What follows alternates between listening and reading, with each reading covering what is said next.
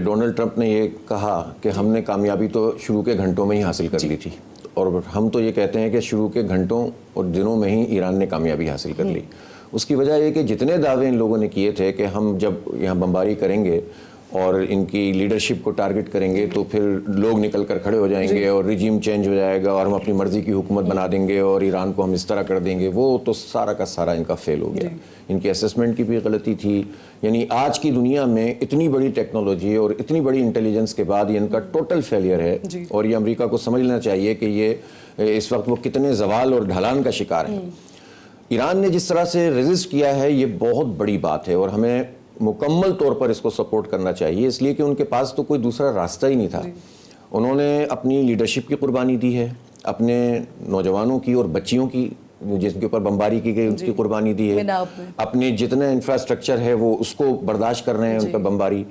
اور جتنی بھی سینسیٹیو چیزیں ہیں وہ سب جھیل رہے ہیں، اور اس کے باوجود ڈٹ کر کھڑے ہوئے ہیں۔ اب ٹرمپ کہہ رہا ہے کہ بات کرو، اور وہ کہہ رہے ہیں کہ نہیں، بات کرنے کے لیے ایجنڈا طے کرو، اور یہی ایک اہم چیز ہوتی ہے۔ تو میں سمجھتا ہوں کہ ایران نے تو انتظار کیا جا رہا ہے، امریکہ جو ایران نے اپنا جواب دیا ہے، اب انتظار کیا جا رہا ہے کہ ڈونلڈ ٹرمپ اس کے اوپر کیا جواب دے۔ 6 دن انہوں نے حالانکہ 15 نکات انہوں نے دیے۔ جی ہاں، اور اس کے بعد اب مزید 10 دن دے دیے ہیں۔ اس کا مطلب یہ ہے کہ ان کے پاس ان کو سجائی نہیں دے رہا۔ اس کی وجہ ہے کہ پوری دنیا میں امریکہ بدنام ہو رہا ہے، خود امریکی عوام پہلی مرتبہ یہ ہو رہا ہے کہ اپنے پریزیڈنٹ کے خلاف ان کا رد عمل ہے، ان کی پارٹیوں میں پرابلم پیدا ہو گئی ہے، ان کے بجٹ کے ایشوز آ گئے ہیں، پوری دنیا میں توانائی کا ایک بحران پیدا ہو گیا ہے، خلیجی ریاستیں الگ پریشان ہیں، اور خلیجی ریاستوں میں تو یہ بات بہت واضح ہو کر سامنے آئی کہ وہ امریکہ جس کو ہزاروں بلین ڈالر انہوں نے دے دیے، وہ امریکہ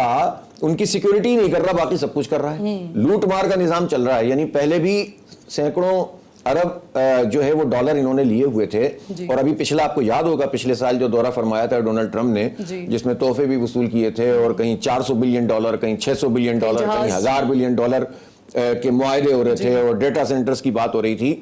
اب خلیجی ریاستوں کو پتہ چلا کہ یہ تو ساری کی سارے جو اڈے ہیں وہ تو اسرائیل کو پروٹیکٹ کرنے کے لیے ہیں، اور اسرائیل کا ایجنڈا یہ ہے کہ پورے جو ریاستیں ہیں ان کی جو ہے وہ